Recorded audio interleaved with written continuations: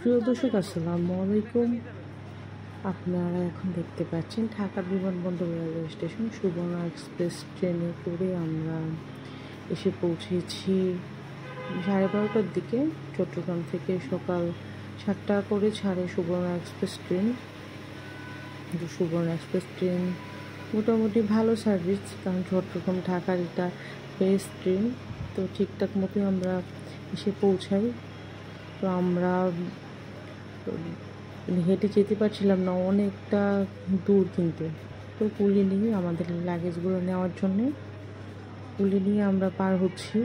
মানে ট্রেনটা চলে যাওয়ার পরে অনেক সময় এই রেল লাইনের উপর দিয়ে যাওয়া যায়, কিন্তু আমরা আসলে রিস্ক নিতে চাচ্ছি না, এই জন্যে ওভারব্রিজের উপর দিয়ে আমরা পার হব। ফুট ওভারব্রিজ যেটা আছে আর কি, সেটা, কিন্তু ওইটার উপর দিয়ে আসলে ব্যাগ নিয়ে পার হওয়া খুবই কষ্টকর। এই জন্য আমরা একজন কুলি নিয়ে নিই, উনি আমাদেরকে পার করে আমাদের ড্রাইভার আছে সেই পর্যন্ত পৌঁছে দেবে। তবে এখানে এরকম ভারী বা কুলি নিলে অবশ্যই চেষ্টা করবেন দামাদামি করে নেওয়ার জন্য, কারণ ওরা বললো যে ঠিক আছে দিয়েন, তারপরে 200 টাকার জায়গায় 500 টাকা দাবি করে। আমাদের সাথেও একবার হয়েছিল, যাকে আমাদের সাথে আমার ভাইয়া থাকায় আর প্রবলেম হয়নি, ও সেটা মিটমাট করে। কিন্তু মহিলা দেখলে বা ছোট বাচ্চা দেখলে এরকম ঝামেলা করতে থাকে এরা। ঢাকা বিমানবন্দর রেলওয়ে স্টেশন বা ঢাকা এয়ারপোর্ট রেলওয়ে স্টেশন যেটাই বলেন, দুইটা নামে এটা পরিচিত। তো বাংলাদেশের ঢাকা জেলা অবস্থিত একটি রেলওয়ে স্টেশন। এটি শাহজালাল আন্তর্জাতিক বিমানবন্দরের থেকে খুব কাছেই, এখান থেকে আপনি রিক্সা করে যেতে পারবেন।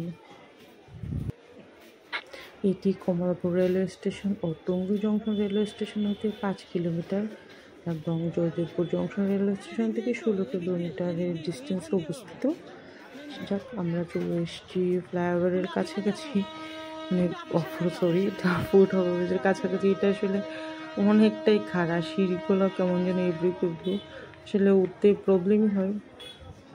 চেষ্টা করবেন পায়ে দিয়ে ধরে হাঁটার জন্যে, যদিও পাশে প্রচুর ডাস্ট নোংরা, কিন্তু এখানে মানুষ তাড়াহুড়া করে ওঠানামা করে, পড়ে যাওয়ার সম্ভাবনা থাকে। এই জন্যে অবশ্যই চেষ্টা করবেন ধরে রাখার জন্যে, আর চেষ্টা করবেন পুলিশ সাথে সাথে হাঁটার জন্য। ওরা ব্যাগ ট্যাগ নিয়ে দৌড় মারে।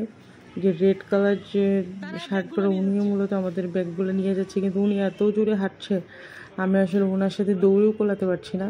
তো আমি আসলে চেষ্টা করছি তাড়াতাড়ি করে ওনার সাথে সাথে থাকার জন্যে। তবে ওনাদের পিঠে একটা নাম্বার আছে, চাইলে ওই নাম্বারটা মনে রাখতে পারেন। আল্লাহ না করুক কোনো প্রবলেম হলে ওদের যে একটা কী বলে সমিতি থাকে, ওখানে আপনি কমপ্লেন করতে পারেন। আর নাম্বারটা যদি মনে থাকে, যদিও একবার নিয়ে চলে গেলে আসলে পাওয়া খুবই টাফ, তাও নাম্বারটা মনে রাখবেন আর নামটাও জেনে নিতে পারবেন। যাক, আমরা হাঁটতে হাঁটতে পার হয়ে চলে এসেছি। আমাদের ডান দিকে হচ্ছে বের হওয়ার রাস্তা। আমরা ডান দিক দিয়ে বের হয়ে যাব।